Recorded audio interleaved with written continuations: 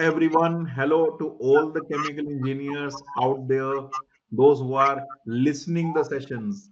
Guys, this is another topper talk session for you. और पिछले इतने दिनों से मैंने बहुत सारे टॉपर्स के इंटरव्यू लिए हैं. उन टॉपर्स ने अपनी जर्नी शेयर की है, स्ट्रेटजी शेयर करी है, how they prepare for the GATE exam and how they managed those 3 hours in the GATE exam. ठीक है. तो हर एक स्ट्रेटेजी से, हर एक लर्निंग से आपको बहुत कुछ सीखने को मिल रहा है गाइस. इस सेशन में भी मैं चाहता हूं आप पेन और पेपर लेके बैठना और जो भी स्ट्रेटेजी टॉपर शेयर करेगा उस स्ट्रेटेजी को आप इंप्लीमेंट जरूर करना. Out of all the strategies, जो स्ट्रेटेजी आपके लिए वर्क करेगी आप उस स्ट्रेटेजी को ही आगे फॉलो करना. एंड इस जर्नी से, जो भी टॉपर्स की जर्नी होती है, इस जर्नी से हमें बस यही चीजें सीखने को मिलती है. कंसिस्टेंट रहना है, गिव अप नहीं करना है, हार्ड वर्क करना है और भी बहुत कुछ. तो आज के टॉपर्स सेशन से आपको क्या कुछ सीखने को मिलेगा वो हम आगे सेशन में जानेंगे. सबसे पहले वेलकम करते हैं अपने टॉपर का. Hello Kisle, welcome to the session. Hello, sir, and thank you for this opportunity, sir. Great. So Kisle, एक बार व्यूअर्स को इंट्रोड्यूस कर दो कि आप कौन हो, आपका पूरा नाम क्या है, आप कहाँ से बिलोंग करते हो, आपने बीटेक कौन से कॉलेज से की थी, और गेट 2025 से पहले अगर आपने कोई गेट का एग्जाम दिया है तो उसमें आपकी क्या परफॉर्मेंस रही है. ओके सर, तो मेरा नाम किसले है और मैं बेसिकली मुजफ्फरपुर बिहार से हूँ और अभी मैं करंटली फोर्थ ईयर में हूँ और आईआईटी गुवाहाटी से बीटेक कर रहा हूँ केमिकल इंजीनियरिंग में. और थर्ड ईयर में भी पिछले साल मैंने गेट दिया था जिसमें मेरा रैंक 772 आया था और फिर से मैंने इस बार दिया. ग्रेट, बहुत बढ़िया, बहुत बढ़िया. सो किसलिए थोड़ा अपने बारे में बताओ. Like you are studying in IIT Guwahati, है ना. तो अर्ली प्रिपरेशन डेज, लाइक जब जेडब्ल्यू की तुम प्रिपरेशन कर रहे थे तो कैसे डेज थे वो, कैसे तुमने प्रिपरेशन करी, कैसे तुम मैनेज करते थे प्रिपरेशन को, और फिर आईआईटी गुवाहाटी में कैसे, और केमिकल इंजीनियरिंग में कैसे आए. यस सर, तो पहले तो मैं वही 10th तक मैंने सैनिक स्कूल कपूरथला से ओके. पढ़ाई की. पर उसके बाद मुझे पता था कि आईआईटी करना है. मुझे लग रहा था कि मुझे उसी फील्ड में जाना है. उसके बाद मैं कोटा आ गया अच्छा. और फिर कोटा आने के बाद वहां पे प्रिपरेशन की. फिर कोविड आया, फिर एक ईयर फिर ऑनलाइन प्रिपरेशन ओके. की. फिर वहीं से रेजोनेंस में ही प्रिपरेशन की थी कोटा में. तो उसके बाद फिर एग्जाम दिया. फिर रैंक आई 5000 500 के आसपास. तो उस टाइम तो नहीं था कि केमिकल ही लेना है सर. वो तो फिर वो काउंसलिंग में जाते हैं, वो बस केमिकल मिल गया बाय चांस सही बात रैंक है. के हिसाब से. फिर यहाँ आया तो स्टार्टिंग में तो जैसे नॉर्मल सबका रहता है कि हाँ सॉफ्टवेयर में जाएंगे, कोडिंग करेंगे. तो फर्स्ट ईयर में भी मेरा भी यही था. पर फर्स्ट ईयर में आईआईटी में पढ़ाई का प्रेशर सही और बात है. ज्यादा होता है. सही बात मतलब जो जो रिजल्ट आते हैं वो रिलेटिव आते हैं और सारे ब्रांच के बीच में आते हैं. तो ऑब्वियसली सीएससी वाले जिनका 500 400 रैंक है उनके साथ compete करना काफी सही डिफिकल्ट बात है. होता है. तो फर्स्ट ईयर में काफी, और इस हमारे टाइम में जब कोविड था तो फर्स्ट ईयर छोटा भी हो अच्छा. गया था. मतलब काफी कम टाइम में ज्यादा सिलेबस ओके. कराना था ओके. क्योंकि उनको कवर करना था सही टाइम. बात है. उस टाइम काफी. तो हम बात कर रहे थे कि आपने जब फर्स्ट सेमेस्टर के अंदर एंट्री करी आईआईटी गुवाहाटी में तो उस टाइम पे कोविड टाइम था और टाइम पीरियड भी कम हो गया था, सेमेस्टर छोटे हो गए थे, ऑनलाइन प्रिपरेशन थी और कंपटीशन ज्यादा था. उसके बारे में आप बता रहे थे. यस सर, तो फिर मैं सेकेंड ईयर में जब आया उस टाइम फिर मैंने भी कोडिंग स्टार्ट की. पर सेकेंड ईयर में मुझे थोड़ा थोड़ा इंटरेस्ट आने लगा. कोर के सब्जेक्ट स्टार्ट हो गए थे उस टाइम. फ्लूइड मैकेनिक्स पढ़ा, थर्मोडायनेमिक्स पढ़ा, मैकेनिकल ऑपरेशन पढ़ा होगा, प्रोसेस कैलकुलेशन पढ़ा होगा. तो थर्ड सेम में फिर मुझे लगा कि बिना पढ़े हुए भी ठीक ठाक मार्क्स आ रहे हैं. आई थिंक पढ़ना चाहिए. और अगर एक बार हम सोच लिए कि कोर में जाना है तो पीएसयू भी फिर टारगेट बन जाता है सही बात है. ऑटोमेटिकली, क्योंकि सब कुछ अलग अलग रीजन है उसके. तो उसके लिए यही सोचा कि अब कंफर्म नहीं होता है कि प्लेसमेंट में कौन से पीएसयू आएंगे. तो उनके काफी कटे वो क्राइटेरियाज है ऑन कैंपस. तो मैंने सोचा कि गेट ही सबसे सेफेस्ट ऑप्शन है. तो आई थिंक सेकेंड ईयर के लास्ट थर्ड ईयर के स्टार्टिंग में मैं सोच लिया था कि गेट का ही प्रिपरेशन करना है. फिर मैंने थर्ड ईयर में उतना टाइम नहीं दे पाया, पर जितना भी टाइम दिया थोड़ा थोड़ा करके उस टाइम दिया. फिर थर्ड ईयर में दिया. उसके बाद थर्ड ईयर के बाद रिलायंस में मैंने इंटर्नशिप की, तो उसमें फिर थोड़ा टाइम गया, पर इंटर्नशिप के बाद अगस्त से मैंने फिर रेगुलर प्रिपरेशन की। ठीक है। तो थोड़ा प्रिपरेशन जर्नी बताओ, है ना, कि लाइक थर्ड ईयर में 772 रैंक आया है, और इस साल भी एज पर माय प्रेडिक्शन आप डेफिनेटली बहुत अच्छा रैंक लाकर लाने वाले हो। तो कैसे प्रिपरेशन जर्नी रही है, उसके बारे में थोड़ा बताओ।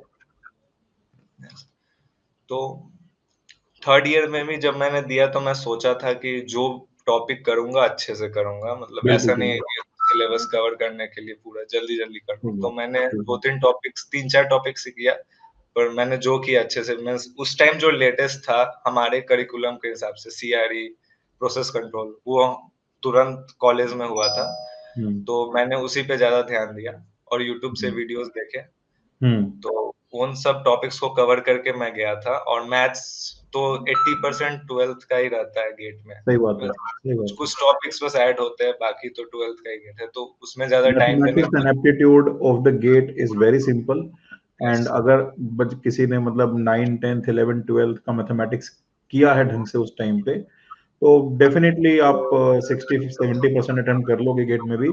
और अगर गेट के पीवाईक्यूज करके चले जाओ मैथ और एप्टी के पिछले 10 years के, तो फिर तो 100% मैथ और एप्टी भी अटेम्प्ट हो सकता है। यस।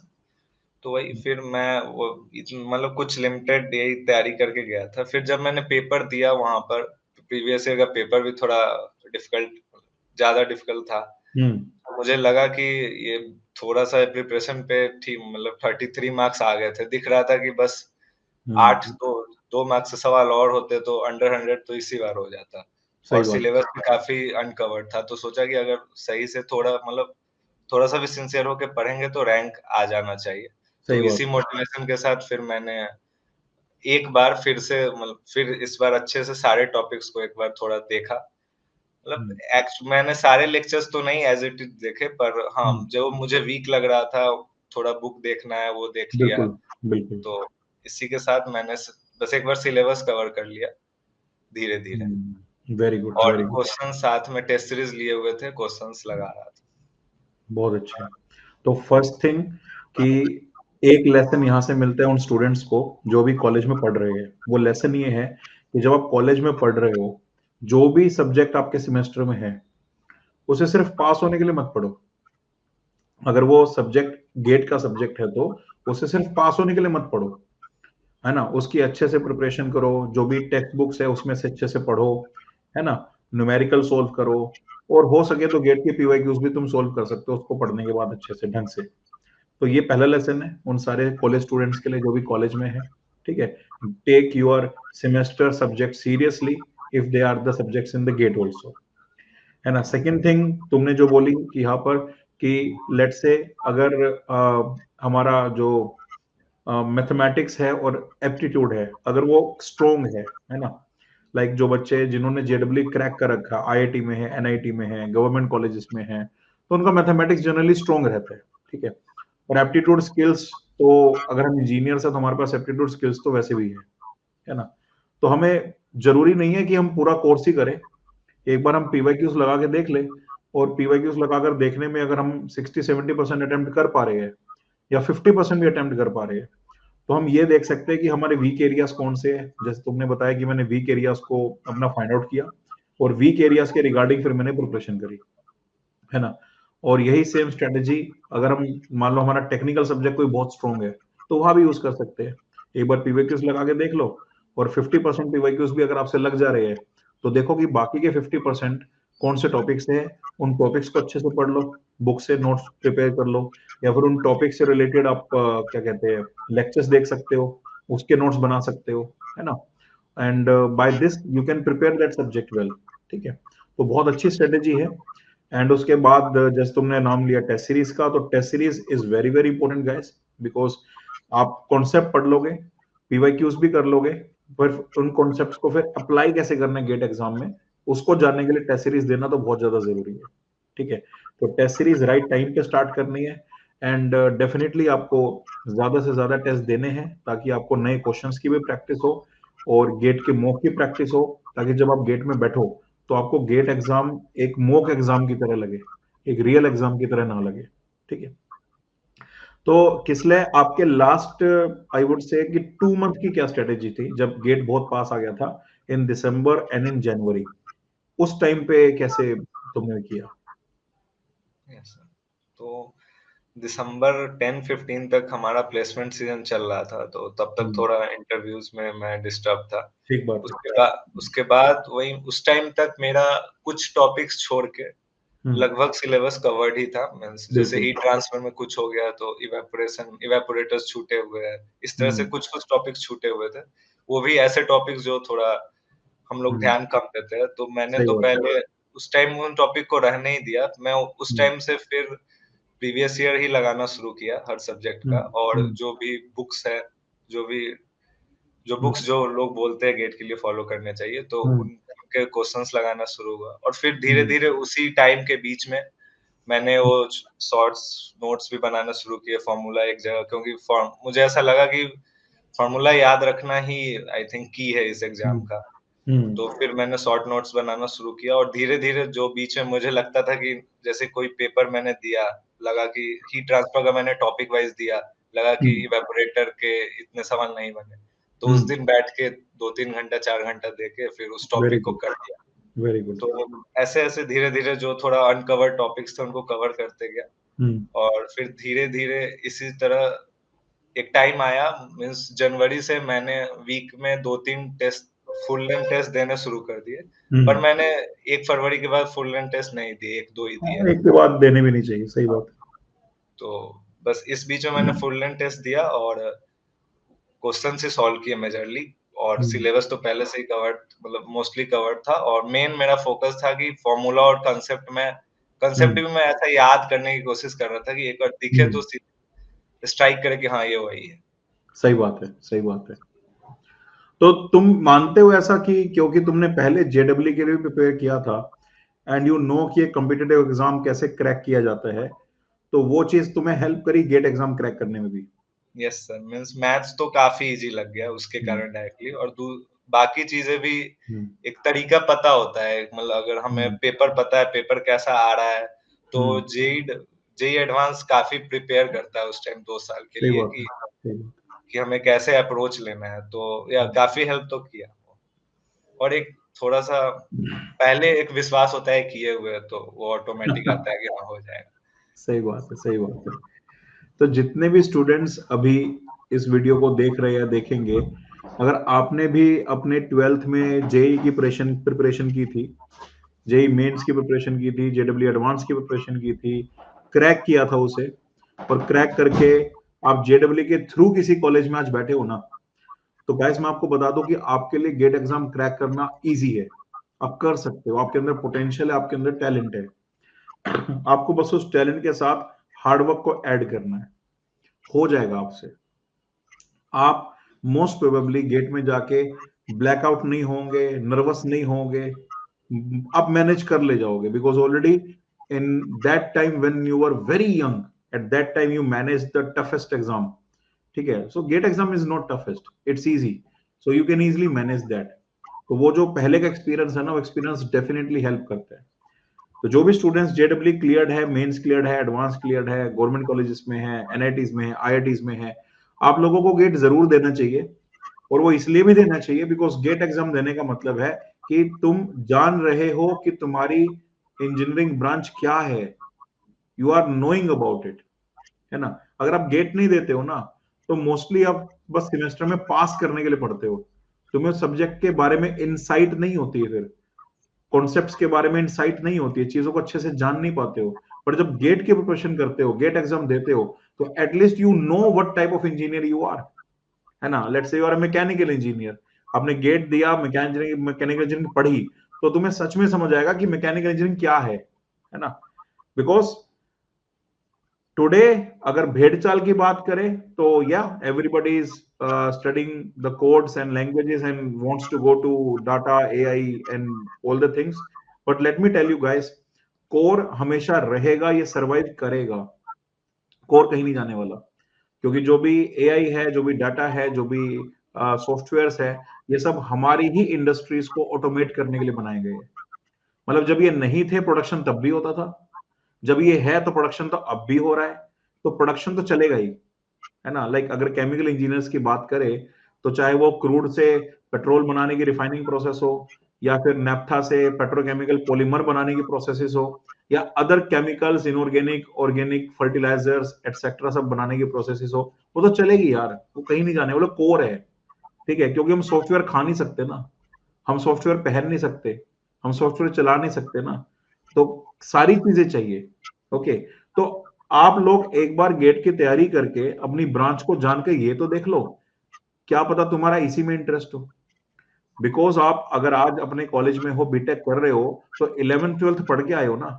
11th 12th में जो साइंस पढ़ी है वो तो केमिकल मैकेनिकल में आती है, केमिकल इंजीनियरिंग और मैकेनिकल इंजीनियरिंग में ही वो साइंस आती है जो तुमने 11th 12th में पढ़ी थी। बाकी ब्रांचेस में इतना नहीं है, और आईटी कंप्यूटर में तो बिल्कुल नहीं है, इट्स वेरी डिफरेंट। तो जिस केमिस्ट्री, जिस फिजिक्स, जिस मैथमेटिक्स को तुम कभी प्यार करते थे ना, वो चीज तो केमिकल मैकेनिकल में आपको आगे मिलती है। तो एक बार पढ़ के तो देखो, क्या पता तुम्हें लगे कि नहीं यार यही मेरे लिए ठीक है। और अगर तुम्हें ऐसा लगता है तो मैं आपको बता दूं, आगे पब्लिक सेक्टर के अंदर बहुत अपॉर्चुनिटीज है, और ना सिर्फ पब्लिक सेक्टर में, प्राइवेट सेक्टर में भी बहुत अपॉर्चुनिटीज है। There are many EPC companies who hires the chemical engineers and pay well, and with the experience that payment will increase, the salary will increase. And not only in India but outside India, worldwide also, there are many great companies, good companies that requires process engineers, chemical engineers. So future बहुत अच्छा है, but obviously आपको अपने field का master बनना पड़ेगा। IT line में भी, कंप्यूटर की लाइन में भी हर बंदा नहीं 1 करोड़ तक जाता। ठीक है, हमें सुनने में आता है कि हाँ उसका पैकेज लग गया इतना, उसका इतना, but not everybody reaches that mark. ठीक है, इसी तरह हर ब्रांच में not everybody reaches that mark. हर ब्रांच में आप सीआर के पैकेज तक जा सकते हो, but not everybody. You have to be worthy for it. ठीक है, वर्दी बनना पड़ता है, अपनी ब्रांच में उतना ही हमें स्पेशलिस्ट बनना पड़ता है, तब जाके आप वहां तक पहुंच सकते हो। So all the chemical engineers, I would say, guys, must prepare for the gate at least once, because gate will give you one additional opportunity other than your campus placement. If you are in BTech, you are eligible for the campus placement, yeah. But if you prepare for gate along with the campus placement, you will have other options also. Okay. And one of that options is public sector, definitely. Another option is masters from the reputed IITs like IIT Bombay, IIT Delhi, IIT Madras. यहाँ से आपको masters करने का मौका मिल सकता है, और उसके बाद भी प्लेसमेंट्स केमिकल में बहुत अच्छी है। ठीक है, so definitely you all should prepare. And जैसे कि किसले ने बताया कि क्योंकि उसने जेडब्ल्यू क्रैक किया था, तो वो एक्सपीरियंस उसकी हेल्प की है उसने आगे गेट एग्जाम क्रैक करने में भी, कि वो जब हम लाइफ में एक चीज अचीव कर लेते हैं ना, तो दूसरी चीज हम अचीव कर पाएंगे, ये विश्वास हमें होता है। और जिन्होंने पहले नहीं किया अचीव, डोंट वरी यार, GATE will be become your first achievement ना। After GATE there will be many things coming life, तो GATE will motivate you. So that's why it is very very important to do it. किसले, उस 3 घंटे में क्या हुआ उसके बारे में थोड़ा बताओ। कैसे तुमने एग्जाम स्टार्ट किया, पहले 1 घंटे में क्या, दूसरे घंटे में क्या, what is the strategy for that 3 hours? तो मेजरली जब स्टार्ट किया तो पहले तो एप्टी किया, तो हमेशा से टेस्ट सीरीज में एप्टी करता आ रहा था, तो फोकस ये था कि आधे घंटे में एप्टी करके मैक्सिमम आधे घंटे में करके टेक्निकल की तरफ जाना है। तो एप्टी में भी इस बार थोड़ा सा अलग था, मतलब क्वांट कम था, लॉजिकल रीजनिंग टाइप और ड्राइंग्स और फिगर्स में ज्यादा था, तो थोड़ा वो अलग था, पर टाइम टेकिंग नहीं था। अलग था पर टाइम टेकिंग नहीं था उतना। तो सारे क्वेश्चंस नहीं बने एप्टी के, पर मैं 25 to 30 मिनट्स दिया और मैं फिर टेक्निकल में चला गया। जब टेक्निकल में गया तो फर्स्ट मार्क से क्वेश्चन स्टार्टिंग में मुझे फिर लगा कि शायद ये फिर 2017 टाइप का पेपर ना हो, थोड़ा इजियर साइड पे मुझे स्टार्टिंग में लग रहा था। तो लेकिन फिर 1 मार्क से भी क्वेश्चन थोड़ा मीन्स 1-2 क्वेश्चन उसमें भी अच्छे थे, मतलब कुछ थ्योरेटिकल क्वेश्चंस थे जो हम लोग थोड़ा न्यूमेरिकल्स पे ज्यादा ध्यान दे देते हैं, थ्योरी थोड़ा सा कम ध्यान देते हैं। फिर भी लेकिन लग रहा था कि ये जल्दी-जल्दी हो रहा है, टाइम तो मतलब काफी बचेगा इस पेपर में, तो 2 नंबर पे फोकस कर पाएंगे। पर फिर जब 1 नंबर करके जितना हुआ 80 to 85% 1 नंबर के सवाल हो गए थे मुझसे। फिर वो करने के बाद जब मैंने 2 नंबर पे गया तो एक दो स्टार्टिंग के 2-3 सवाल मेरे फँस गए, थोड़ा नहीं बन रहे थे। तो फिर मुझे लगा और फिर मैंने एक बार ओवरव्यू लिया, एक बार बस। तो फिर मुझे लगा कि नहीं मतलब पेपर थोड़ा-सा सेकंड 2 मार्क्स वाले अच्छे हैं, सवाल अच्छे हैं, तो शायद सेलेक्ट करके ही करने चाहिए। तो वही पहले 1 घंटे में मेरे पहले 1.5 घंटे में आप मान सकते हैं कि मेरे 1 मार्क्स वाले और एप्टी सारे कंप्लीट थे और 2 मार्क्स वाले 1-2 क्वेश्चन हुए होंगे। ठीक और है। फिर लास्ट के 1.5 घंटे में मैंने सिर्फ वही मैंने लाइन से नहीं किए, मैंने जो मुझे ईज़ी टॉपिक्स के लग रहे थे क्वेश्चन, जो मेरे टॉपिक्स अच्छे हैं और मुझे देख के लग रहा था कि हाँ, ये मैं कर पाऊँगा, मैंने पिक किया और मैंने किया। तो मेरा फ़ोकस यही था कि कम करूँगा पर जो करूँगा मतलब सही करूँगा। तो उसके बाद मैंने बस 1.5 घंटा वही पिक एंड चूज़ किया और जो होता गया मैं करते गया। और लास्ट के 10 मिनट में मैं फिर से एक बार एप्टी और जो 1 मार्क्स में कुछ क्वेश्चन जिसमें मुझे डाउट थे, मैंने उस पे रीट्राई मारा जिसमें 1-2 सवाल और बने भी मुझे मेरे पहले वाले। तो ओवरऑल मेरा यही था। गुड। और फिर सेकंड 2 मार्क्स वाले काफ़ी क्वेश्चन थे जो लास्ट में लगा कि हाँ, ये भी हो सकते थे, पर शायद थोड़ा टाइम नहीं मिला, इसके कारण वो नहीं हो पाया। पर हाँ, पर इस पेपर में मुझे जो लगा 3-4 सवाल ऐसे थे जो इसलिए दिए गए थे कि आप उसको देख के थोड़ा बाद में ही कीजिए तो ज़्यादा सही बेटर बात है। है, सही बात है। इसलिए जब पेपर के अंदर तुम बैठे और क्वेश्चन सॉल्व कर रहे थे, सो डेफिनेटली जैसे तुमने बताया कुछ क्वेश्चंस ऐसे थे जो कि सॉल्व नहीं होने वाले थे या टाइम खराब करने के लिए ही वो क्वेश्चन दिए गए थे, है ना। और वो क्वेश्चन हो सकता है उस टॉपिक से भी हो जो तुमने बहुत अच्छे से प्रिपेयर किया है ना।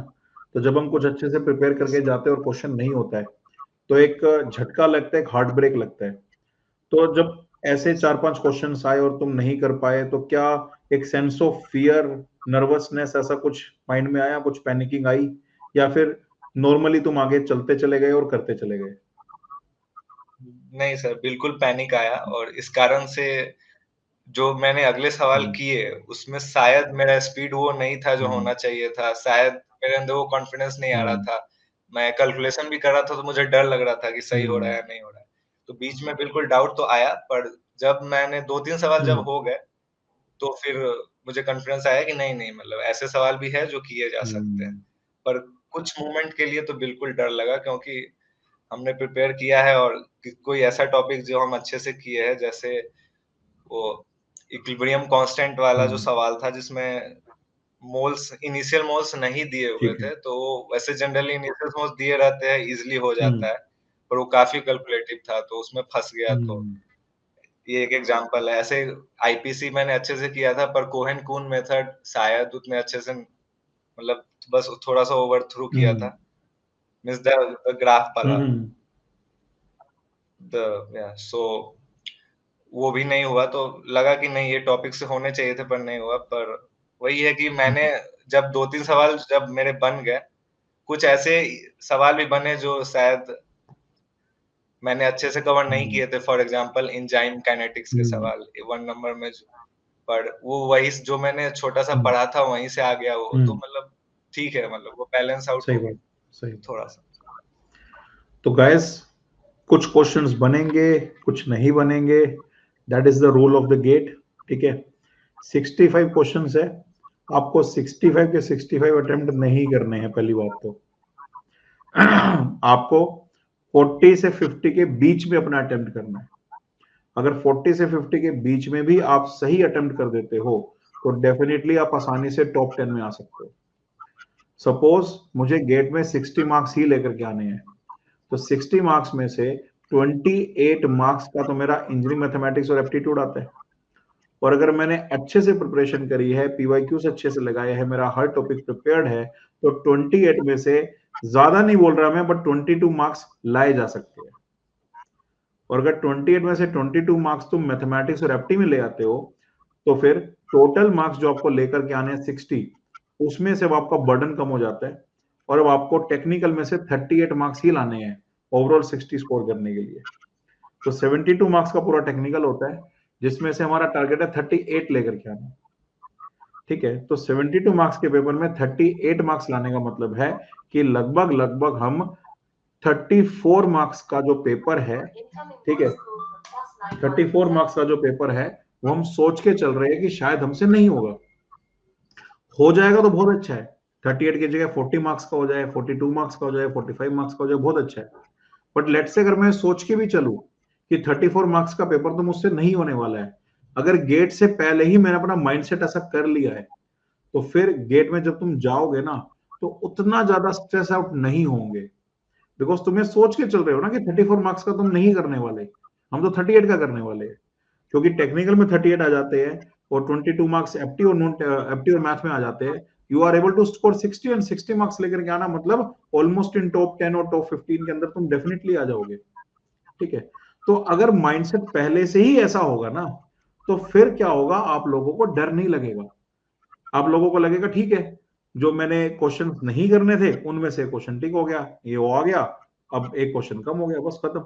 इस तरह से सोच के चलोगे तो डेफिनेटली आगे तुम्हें हेल्प मिलेगी, बिकॉज जैसे किसले ने भी बताया कि पैनिक होता है थोड़ा बहुत, इससे नेक्स्ट क्वेश्चंस करने में भी स्पीड कम हो जाती है, ठीक है, थोड़ा सा कॉन्शियस फील होता है, बट जैसे फिर क्वेश्चंस होने लगते हैं तो फिर दोबारा कॉन्फिडेंस आ जाता है, फिर दोबारा हमारी स्पीड बढ़ जाती है, फिर दोबारा हम हाई फील करने लगते हैं, है ना। तो एज ए फैकल्टी मुझे ऐसा लगता है कि पेपर देते टाइम आपको ना लो फील करना चाहिए ना हाई फील करना चाहिए, सिर्फ जो क्वेश्चन सामने स्क्रीन पर है उसके ऊपर फोकस करना चाहिए, उससे पहले जो क्वेश्चन था वो हुआ या नहीं हुआ उस पर फोकस मत करो, उसके आगे जो आने वाला क्वेश्चन है वो तुमसे होगा या नहीं होगा उसके ऊपर भी फोकस मत करो, अभी जो स्क्रीन पर क्वेश्चन है सिर्फ और सिर्फ उस पर फोकस करो। जैसे क्रिकेट मैच के अंदर अगर कोई बॉल टर्न कर जाए ज्यादा और बैट्समैन यही सोचता है यार अगली बॉल ना टर्न कर जाएगी, अगली बॉल ना टर्न कर जाएगी, खेल ही नहीं पाएगा वो। तो हमेशा आपने कमेंट्री अगर सुनी हो तो वो भी यही बोलते हैं कमेंटेटर भी कि the batsman had to forget that ball, भूलना पड़ेगा, क्योंकि उस बॉल को अगर भूलोगे तभी आप क्रिकेट अच्छे से खेल पाओगे। ठीक है, क्योंकि कई बार क्या होता है जो बॉल टर्न करती है वो तो मिस हो जाती है, लेकिन जो बॉल सीधी आती है उस पर आउट हो जाता है। तो कई बार सीधे क्वेश्चंस गेट में because of the nervousness solve नहीं हो पाते, है ना।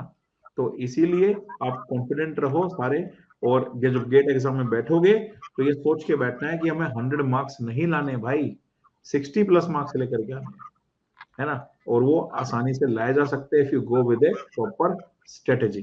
ठीक है, so that is very very important.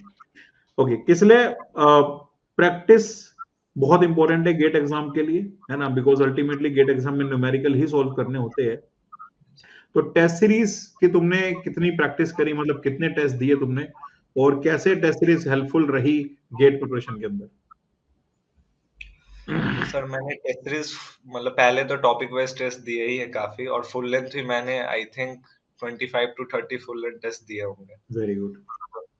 तो एक तो क्योंकि I think sir previous year के अलावा कुछ प्रैक्टिस करने होते हैं क्वेश्चंस, तो आई थिंक टेस्ट सीरीज ही सबसे बेटर ऑप्शन है। बुक्स भी है पर टेस्ट सीरीज में आपको एक क्यूरेटेड फॉर्म में कोई दे रहा है तो वो बेस्ट ऑप्शन है। तो इसी कारण से मैंने ज्यादा प्रैक्टिस करने के लिए टेस्ट सीरीज का यूज किया, उससे नए क्वेश्चन भी आए, पीवाईक्यू के अलावा जो नए क्वेश्चन देखने को मिले वो भी मिला। और दूसरा टाइम मैनेजमेंट और कैलकुलेटर का यूज करना, उस कैलकुलेटर का जो थोड़ा अलग है वो भी काफी मींस जो बिल्कुल अपोजिट चलता है। तो कुछ दिनों के बाद तो मैं जब नॉर्मल कैलकुलेटर यूज कर रहा था उसमें भी मैं अपोजिट वो वाला करने लगा था, मतलब प्रैक्टिस में। तो बेसिकली अपने आप को माइंड को पूरा ट्रेन करना उस एनवायरनमेंट से, तो वही मेन फोकस था। और टाइम मैनेजमेंट भी बहुत जरूरी है, तो हमको अनकॉन्शियस माइंड में 1 घंटा के आसपास पता चल जाता है कि पेपर कैसा जा रहा है, ठीक जा रहा है, नहीं जा रहा है, सब कुछ बेसिकली। तो वही आप जो पहले बोले थे कि जब आप पेपर देने जाओ तो लगे कि ये मैं तो रोज कर रहा हूँ, तो बेसिकली उसी फीलिंग से इक्विप होने के लिए।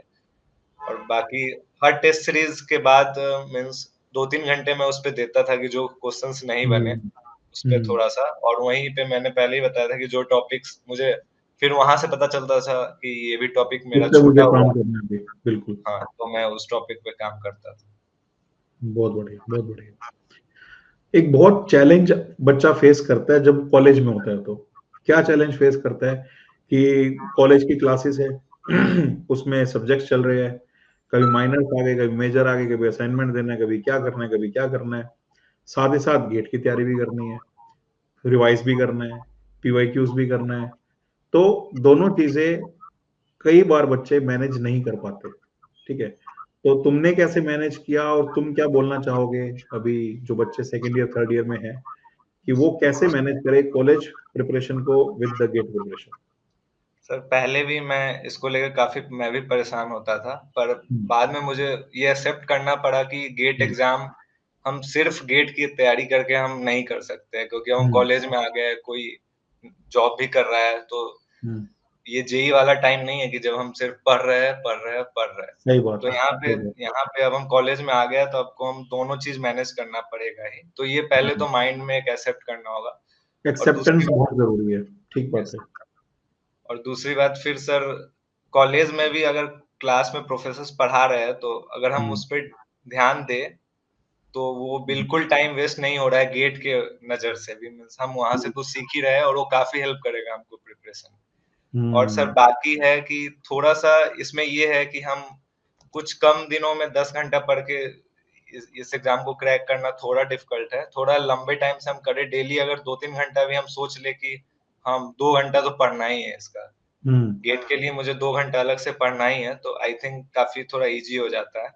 और हम्म, बीच में ऐसे जब एग्ज़ाम्स आते हैं, तो बिल्कुल लग 10-15 दिन के लिए बिल्कुल पूरा ऑफ हो जाता है, तो थोड़ा-सा वो वापस से उस ट्रैक पे आना डिफ़िकल्ट होता है। हम्म, हम्म, पर वो एक पार्ट है जो इस एग्ज़ाम का नेचर है, क्योंकि जिस एज ग्रुप जिस टाइम में हम ये प्रिपरेशन कर रहे हैं, तो मुझे लगता है कि हाँ, हमको बस ये सोचना है कि मेरे को उस डेट को एग्ज़ाम है, मेरे को कैसे टोटल हम्म, सिलेबस कवर करने हैं अच्छे से। हम्म, उस हिसाब से हमको अपना टाइम मैनेज करना है, और हमें हम्म, पता भी है कि हम मुझे कब टाइम मिलेगा, हम्म, कि मैं इस टाइम में मैं 8 घंटा ही पढ़ सकता हूँ। मुझे पता है इस दौरान मैं 1 घंटा भी नहीं पढ़ पाऊँगा, तो इस हिसाब से हमको अपना टाइम देखना पड़ेगा। जब हमारे पास टाइम होगा, तो उस टाइम थोड़ा रिलैक्स नहीं होना है, पूरा अगर फ्री है तो हमें अच्छा से पढ़ लेना है, क्योंकि जब हम बिज़ी हो तो वो कवर हो जाए। बस माइंड में रखना है कि हाँ, सारे टाइम की बेसिकली वही है टाइम मैनेजमेंट। जैसे 3 घंटे के पेपर में, तो प्रिपरेशन में भी अपना टाइम मैनेजमेंट करना है। तो तुम्हें क्या लगता है बच्चों को क्या शेड्यूल रखना चाहिए? सर मुझे तो यही लगता है कि थर्ड ईयर के स्टार्टिंग से अगर आप सोच रहे हैं, तो थोड़ा-थोड़ा प्रिपरेशन स्टार्ट कर देना चाहिए। तो नहीं मतलब कॉलेज से आने के बाद, या यस, कॉलेज में भी टाइम मिलता है तैयारी करने का, या कॉलेज से आने के बाद ही तैयारी का सोचे? कॉलेज से आने के बाद ही आई थिंक, क्योंकि कॉलेज के टाइम तो क्लासेस होती है, फिर कॉल उस टाइम तो कैसे होगा तैयारी? फ़ोन भी खोलेगा क्लास में तो प्रोफ़ेसर डाँट सकते हैं। हम्म, तो आई थिंक 5-6 बजे तक तो कॉलेज होते हैं हर जगह। तो हम्म, अगर हम रात को, जब जब नॉर्मल कॉलेज चल रहा है, उस टाइम भी रात को अगर हम 2-3 घंटा भी दे पाते हैं अलग से गेट को, हम्म, क्योंकि 2-3 घंटे का तो असाइनमेंट वगैरह में भी टाइम जाएगा। हम्म, तो अगर हम 2-3 घंटा भी डेली दे पाते हैं, तो मुझे लगता है कि वो इनफ है। और जब नज़दीक आए, तो उस टाइम थोड़ा-सा 1-2 महीना लास्ट हम्म, में हमें ट्राई करना चाहिए कि थोड़ा ज़्यादा टाइम देने का। सही बात है, सही बात। ठीक है, मतलब अटेंडेंस पॉलिसी है, पर मैंने भी पिछले 2 मंथ्स में काफ़ी क्लास नहीं गया हूँ, तो ठीक है। थोड़ा-सा लास्ट के टाइम में पुश देने के लिए वो चाहिए। पर हम्म, स्टार्टिंग में क्लास छोड़ने की कोई ज़रूरत नहीं है। डेली-डेली 2-2 घंटा भी करेंगे, हो जाएगा, और लास्ट के 2-3 महीने में थोड़ा-सा पुश देने की ज़रूरत है। पुश, हम्म, क्योंकि लास्ट में पेपर्स देने होते हैं, अब 3 घंटे का पेपर देना है, तो उसके लिए एटलीस्ट दिन का 6-7 घंटा चाहिए। एक पेपर हम्म, देने में लगता है कि पूरा दिन ही चला गया, मतलब उसका बाकी क्वेश्चंस-वोश्चंस जो गलत हुए वो भी देख के। तो लास्ट के मोमेंट में तो टाइम चाहिए, पर स्टार्टिंग में I think 2-3 hour per day is sufficient. Very good, very good. तो guess consistency is the key. ठीक है, कंसिस्टेंसी ही की है। अगर आप 2-3 घंटा भी दोगे रिवाइज करने के लिए, प्रिपरेशन करने के लिए, पीवाईक्यूज करने के लिए, तो वो 2-3 घंटा का डेली भी दे रहे हो, तो दैट विल बी इनफ। ठीक है, बट कंसिस्टेंसी इज द की। अगर आप कंसिस्टेंट रहोगे तो डेफिनेटली बहुत हेल्प करेगा। और जैसे जैसे हम एग्जाम के पास आते रहेंगे ना, हमें अपना एफर्ट बढ़ाते रहना है। मैं देखता हूँ बहुत सारे स्टूडेंट्स को कि जब वो एग्जाम के पास आते हैं तो अचानक से वो फ्री फील करने लगते हैं, वो अपना एफर्ट रिड्यूस कर देते हैं। तो जब मंजिल बहुत पास होती है ना, तो फिर अपने अंदर जो भी जितनी भी जान बची हुई है ना, उस पूरी के साथ फिर आगे आपको मंजिल को पाना है। मतलब जैसे जैसे हम आगे बढ़ते रहेंगे, पेपर की तरफ आते रहेंगे ना, तो हमें अपना एफर्ट बढ़ाते रहना है। अभी मार्च चल रहा है, जो भी बच्चे गेट की तैयारी कर रहे हैं गाइस, अप्रैल में आपका जो डिवोशन होगा वो मार्च से ज्यादा होना चाहिए। मई में जो डिवोशन होगा वो अप्रैल से ज्यादा होना चाहिए, क्योंकि as you progress towards the GATE exam, कहीं ना कहीं you have to be more serious and you have to think कि भाई अगर मुझे देना है और रैंक लेकर के आना है, तो कहीं ना कहीं तो मुझे कंपेंसेट करना पड़ेगा ना। मैं कॉलेज में भी टॉप कर दूं और गेट में भी टॉप कर दूं, ऐसे कॉम्बिनेशंस बहुत रेयर होते हैं। तो अगर आप किसी एक चीज को संभालने जाते हो ना, तो दूसरी चीज थोड़ी सी तो बिगड़ती है। इस चीज को एक्सेप्ट करना पड़ेगा आपको, ठीक है। बट हाँ, मैनेजेबल है, चीजें मैनेज होती है। एंड ओवर द इयर्स हजारों बच्चों ने गेट में परफॉर्म करके दिखाया, कॉलेज के साथ, जॉब के साथ, तो तुम भी कर सकते हो, है ना। It's all the consistency that matters, that is very very important, ठीक है। किसलिए पीवाईक्यू का क्या रोल देखते हो तुम गेट के क्वेश्चन जर्नी में? How much PYQs are important? Sir तो मुझे ऐसा लगता है कि पीओक्यू ही है जो थोड़ा गेट के एग्जाम को रिलेटिवली इजियर बनाता है, क्योंकि आई थिंक 60 70 80% पेपर पीओक्यू के पैटर्न पे ही आता है। तो हमें इतना वास्ट है कोई सब्जेक्ट, मास ट्रांसफर सीआरई हो गया, कि कॉलेज में काफी टॉपिक्स पढ़ाए जाते हैं, पर चूंकि हमारे पास पीआईक्यू है, हमें पता है कि किस किस एरिया से सवाल आते हैं, तो थोड़ा-सा उस वास्टनेस को कवर करने में काफ़ी ईज़ी होता है और हम काफ़ी स्पेसिफिक चीज़ों पे ध्यान दे सकते हैं और हमें बेसिकली क्वेश्चन का पैटर्न पता चल जाता है। और जो वैसे बीटेक काफ़ी वास्ट है, पर गेट का सिलेबस मुझे लगता है पीआईक्यू के कारण उतना वास्ट नहीं है, अगर देखा जाए तो। तो वो सबसे बड़ा बात है। और पीआईक्यू पे प्रैक्टिस करने से डेफिनेटली आपको 50-60% देखा हुआ फील होगा पेपर में। वो ऐसे ही कॉन्फिडेंस देता है और जो नहीं देखे हुए भी है उनके लिए टाइम भी बचाता है बाकी क्वेश्चंस पे ध्यान देने का। तो अगर पीआईक्यू कंसेप्ट अच्छे से याद है, कंसेप्ट्स याद है, तो फिर काफी इजी होगा। क्योंकि कभी-कभी ये भी होता है कि हम पीआईक्यू बार-बार लगा रहे हैं तो क्वेश्चंस याद भी रह जाते हैं। तो ऐसा मोमेंट भी आता है, पर बस ऐसा होता था तो एक टाइम के बाद मैं बस याद करता था कि हाँ, इसमें कौन-सा कॉन्सेप्ट लगा है और बिना सॉल्व किए आगे निकल जाता था। तो सबका अपना-अपना तरीका है, बस मेरा यही फोकस था कि वो कॉन्सेप्ट अगर मुझे देख के याद आ रहा है, ऐसे करूँगा, ऐसे करूँगा, ऐसे करूँगा, आ जाएगा, तो मैं फिर आगे निकल जाता था। और जो मुझे ठीक है। चैलेंजिंग लगता था, मैं भूलता था, क्योंकि अगर आप पहली बार फँसे हुए उस सवाल में, तो दूसरे बार भी फँसने का चांस काफ़ी ज़्यादा है। तो बुक से पीवाईक्यू के उसमें मैं टिक लगा लेता था, फिर मैं सेकंड अटेम्प्ट में उस पे ज़्यादा ध्यान देता था। तो इसी तरह। Great great. So PYQs guys बहुत ज्यादा इंपॉर्टेंट है, ठीक है। और पीवाईक्यूज करने से हमें पता लगता है कि एक्चुअली गेट में किस टाइप के क्वेश्चंस पूछे जाते हैं। और जो पीवाईक्यू आज आप कर रहे हो ना यार, वो एक टाइम पे गेट का पेपर था, और उस पेपर ने ही हजारों बच्चों का करियर बनाया है। लाइक जो बच्चे आज अभी गेट 2025 का एग्जाम देकर के आए हैं, 2026 वालों के लिए तो वो पीवाईक्यू है ना। बट 25 वाला जो गेट था, उसने तो कई हजार बच्चों का करियर बना दिया ना, ठीक है।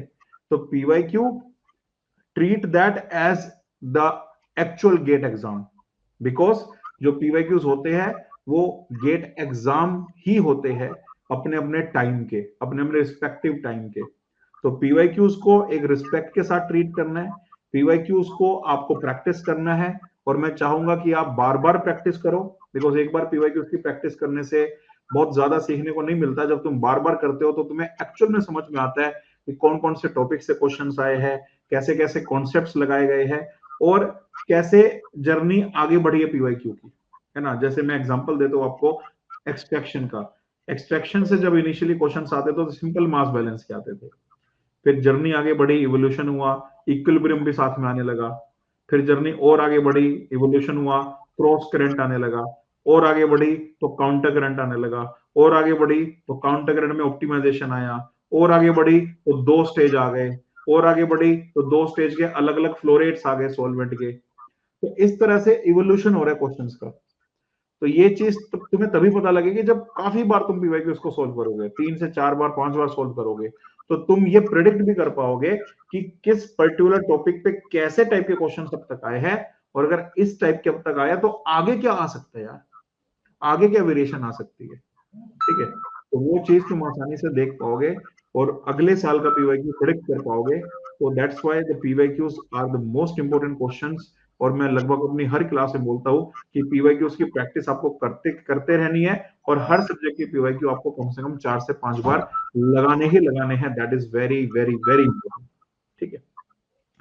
ओके, किसले बहुत से स्टूडेंट्स हैं, है ना, जो कि ऑब्वियसली जिन्होंने जेडब्ल्यू नहीं किया होता, है ना, जिन्हें वो एक्सपीरियंस नहीं है और प्रिपरेशन की भी है तो कहीं ना कहीं क्रैक नहीं कर पाए, और अपने ही स्टेट के कॉलेज से, प्राइवेट कॉलेज से वो अपनी इंजीनियरिंग कर रहे हैं, ठीक है। So they don't have the confidence, है ना। तो तुम क्या कहना चाहोगे उन स्टूडेंट्स को कि क्या वो क्रैक कर सकते हैं? यस सर, मीन्स क्रैक जो भी मेहनत करेगा वो बिल्कुल क्रैक कर सकता है, इसमें कोई बात नहीं। उस टाइम किसी से पहले नहीं हुआ इसका ये मतलब नहीं अभी भी नहीं होगा, वो अलग रीजंस रहे होंगे। पर अगर कोई हार्ड वर्क कर रहा है, और इस एग्जाम में तो मैं बिल्कुल कह सकता हूँ कि अगर कोई हार्ड वर्क कर रहा है और टेस्ट सीरीज दे रहा है रेगुलरली, और टेस्ट सीरीज से पता भी चलता है कि हमारा लेवल अभी कहाँ है और कितने मार्क्स की और जरूरत है, और उस पे काम कर रहा है, अपनी वीक सिर्फ पढ़ नहीं रहा है, अपनी वीकनेस खोज रहा है और उस पे काम कर रहा है और रेगुलरली कर रहा है, तो चाहे वो कोई भी हो, कहीं भी पढ़ रहा हो, वो डेफिनेटली क्रैक करेगा। क्योंकि क्योंकि क्वेश्चंस गेट के most of the questions easy ही आते हैं। कोई ऐसा नहीं है कि बिल्कुल वहाँ आउट ऑफ द बॉक्स दिमाग लगाना है, मतलब एक फिक्स पैटर्न पे आते हैं। तो अगर कोई हार्ड वर्क किया, यहाँ मेजरली हार्ड वर्क किया और प्रैक्टिस, क्वेश्चंस का काफी प्रैक्टिस किया है, और हाँ, क्वेश्चंस का काफी प्रैक्टिस है, तो वो जरूर क्रैक कर पाएगा। Very good. एंड गाइस, अगर आपको भी ये डाउट है जो मैंने भी किसले से पूछा, अगर आपके मन में भी ये डाउट है तो मैं आपको बता दूं, गेट के जो स्टेटिस्टिक्स है ना, in the top 100 students 5 he student होते हैं जो कि शायद आईआईटी एनआईटी से होते हैं, 5 या मैक्सिमम 10। बाकी के 90 स्टूडेंट्स टीयर 3 कॉलेजेस से ही होते हैं, बिकॉज टीयर 3 कॉलेज वाले ही वो स्टूडेंट है जिनके पास शायद एक पीएसयू में जाने की अपॉर्चुनिटी बिना गेट के नहीं आ सकती। बिकॉज आईआईटीज में और एनडीज में तो पीएसयूज कई बार कैंपस विजिट भी कर लेते हैं, बट टीयर 2 टीयर 3 कॉलेजेस में पीएसयूज कैंपस विजिट जनरली नहीं करते हैं। So if they want to get into the PSU they prepare for the GATE only, और इतना गेट का प्रिपरेशन करते हैं वो, जैसे मैंने आपको बताया 100 में से 90 स्टूडेंट्स टीयर 2 टीयर 3 कॉलेजेस से ही होते हैं, ठीक है। तो बिल्कुल ठीक कहा किसले ने, एनीबॉडी कैन डू दैट यार, आपको सिर्फ वो विश्वास अपने अंदर रखना होगा और तैयारी अच्छे से करनी होगी, मेहनत अच्छे से करनी होगी, है ना। रिपीट करना होगा अपने रिवीजन को, रिपीट करना होगा पीवाईक्यूज को, रिपीट करना होगा प्रैक्टिस क्वेश्चंस को, और टेस्ट सीरीज अच्छे से फॉलो करनी होगी। और इन शॉर्ट, जो भी स्ट्रेटेजीज और जो भी गाइडेंस हम बार बार आपके लिए सेशंस लेकर के आते हैं यूट्यूब पे, उन गाइडेंस और उन स्ट्रेटेजीज को आपको अच्छे से फॉलो करना होगा। तो गाइस डेफिनेटली आप गेट एग्जाम में बहुत अच्छा कर सकते हो, ठीक है। एंड किसले, मैं बस एक ही बात बोलना चाहूंगा तुम्हें कि गेट में हमने अच्छा कर लिया है, तुमने अच्छा कर लिया है, अब अच्छे मार्क्स आ रहे हैं और 19 को जैसे रिजल्ट भी आने वाला है। So I am predicting a very good rank for you. तो first of all congratulations for that. Thank you sir. But the journey is not over, है ना, बिकॉज तुमने भी बोला ही कि मैंने सर गेट की प्रिपरेशन स्टार्ट की थी to get into the PSU, है ना। तो गेट का एग्जाम हो गया है बट पीएसयू अभी तक सिलेक्ट नहीं हुआ है, मतलब ऑफर लेटर अपने पास नहीं है। तो मैं ये बोलना चाहूंगा कि रिलैक्स नहीं करना है, बैठना नहीं है, ठीक है। कई बार होता है कॉम्प्लेसेंसी आ जाती है गेट का एग्जाम देने के बाद, जब हमारा एग्जाम बहुत अच्छा होता है तो कॉम्प्लेसेंसी आ जाती है। ये टाइम कॉम्प्लेसेंट होने का नहीं है। जिस जोन में रह के तुम प्रिपरेशन कर रहे थे दिसंबर में, जनवरी में, और even in the first 10 days of February, उसी जोन में रहकर हमें प्रिपरेशन करना है, जोन आउट नहीं होना है। अभी तक हमारी जो प्रिपरेशन थी वो न्यूमेरिकल पर्सपेक्टिव से ज्यादा थी। हम न्यूमेरिकल सोल्व कर रहे थे, पीवाईक्यू सोल्व कर रहे थे, टेस्ट सीरीज दे रहे थे, बिकॉज अल्टीमेटली गेट में क्वेश्चंस आते हैं। लेकिन अब जो हमारा पर्सपेक्टिव होना चाहिए वो थोड़ा सा डिफरेंट होना चाहिए, और अब हमें कंसेप्चुअल पर्सपेक्टिव से भी चीजों की तैयारी करनी चाहिए। खास करके mass transfer, heat transfer and fluid mechanics, ये 3 ऐसे मेजर सब्जेक्ट्स है जो लगभग हर पीएसयू के इंटरव्यू में पूछे जाते हैं। तो इन तीनों की बहुत अच्छे से प्रिपरेशन करनी है। ठीक है, और कंसेप्ट वाइज अपने आप को रेडी करना है, सो दैट जब हम इंटरव्यू में बैठे तो जो कॉन्फिडेंस गेट एग्जाम में था वो कॉन्फिडेंस हमें पीएसयू के इंटरव्यू में भी रहे और हम उसे क्रैक कर पाए। तो रिलैक्स तभी करना है जब हो जाएगा, ठीक है। Don't relax until it's done, because aim is not to crack GATE only, aim is to get a selection. तो सिलेक्शन जब तक नहीं होता है तब तक बस अपना एफर्ट डालते रहना है, लगे रहना है, तैयारी करते रहना है, मेहनत करते रहना है। वो हार्डवर्क वाला जो तुम्हारा एटीट्यूड है उसे कंटिन्यू रखना है, कॉम्प्लेसेंट बिल्कुल भी नहीं होना, ठीक है। बाकी आगे पीएसयू में जाना नहीं जाना वो बात की बात है, बट ऑफर लेटर जरूर अपने पास होना चाहिए, है ना। वो जैसे तुमने बोला कॉन्फिडेंस मिलता है कि हाँ मैंने क्रैक किया था, तो जैसे गेट क्रैक हुआ है ऐसे पीएसयू भी क्रैक करने आने वाले टाइम में। यस, ठीक है। So all the best to Kisle from my side, from the Unacademy team, and from all the students of the chemical engineering who are preparing for 26. And guys, आपको इस session से जरूर बहुत कुछ जानने को, बहुत कुछ सीखने को मिला होगा, और आप में से बहुत सारे स्टूडेंट्स ने शायद अपनी जर्नी को किसले से रिलेट किया होगा, ठीक है। Specially those who are into NITs, government colleges, IITs, ठीक है, उन सबके लिए मैं बोल रहा हूँ गाइस, भले आपका कैंपस बहुत अच्छा है, बट गेट की प्रिपरेशन आपको अपने कैंपस को क्रैक करने में भी हेल्प करती है, क्योंकि अल्टीमेटली जो कोर कंपनीज आपके कैंपस में आएगी ना, वो रिटर्न भी अगर लेती है या इंटरव्यू भी अगर लेती है तो वो भी केमिकल इंजीनियरिंग का ही लेगी। तो अगर आप गेट की प्रिपरेशन कर रहे हो तो केमिकल इंजीनियरिंग के फंडामेंटल्स आपके अच्छे हो जाएंगे, स्ट्रॉन्ग हो जाएंगे, तो जो इंटरव्यू कैंपस में भी होगा उसे भी आप क्रैक कर पाओगे, जो सेमेस्टर एग्जाम्स भी आएंगे उन्हें भी आप क्रैक कर पाओगे। और अगर आप गेट भी क्रैक करते हो तो एक एडिशनल अपॉर्चुनिटी आपके पास हमेशा रहती है, एंड अगर हमारे पास एक से ज्यादा अपॉर्चुनिटी है तो it's good thing, it's not bad.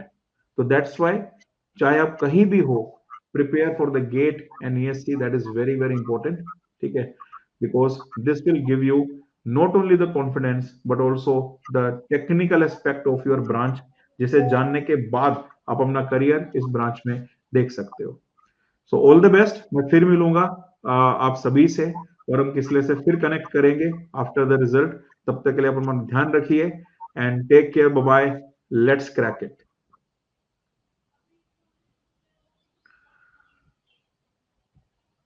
ठीक है, तो session is over. Kisle amazing session, काफी कुछ आपने शेयर किया सेशन के बारे में। आई एम श्योर कि जो भी बच्चा इस सेशन को देखेगा बाद में, ठीक है, तो काफी रिलेट करेगा, और जो जो स्ट्रेटेजीज तुमने बताई उनको अगर फॉलो करेगा तो डेफिनेटली बहुत सारे बच्चे आगे गेट में तुम्हारी तरह अच्छा कर सकते हैं। So all the very best, ठीक है, बस लगे रहो, तैयारी करते रहो, है ना, कंसेप्चुअल एस्पेक्ट से अब तैयारी करो, है ना। आई वुड रिकमेंड कि जो मास ट्रांसफर और हीट ट्रांसफर मैंने पढ़ाया है, अगर तुम कहीं से मैनेज कर सकते हो सब्सक्रिप्शन किसी फ्रेंड से लेके कैसे, तो वो जरूर देखना। तुम्हारे कंसेप्चुअल जो कॉन्सेप्ट है वो बहुत अच्छे बिल्ड हो जाएंगे उससे, ठीक है, ताकि इंटरव्यू देने में किसी भी तरह की कोई परेशानी फिर ना आए। Okay, okay, thank you. All the best, all the best.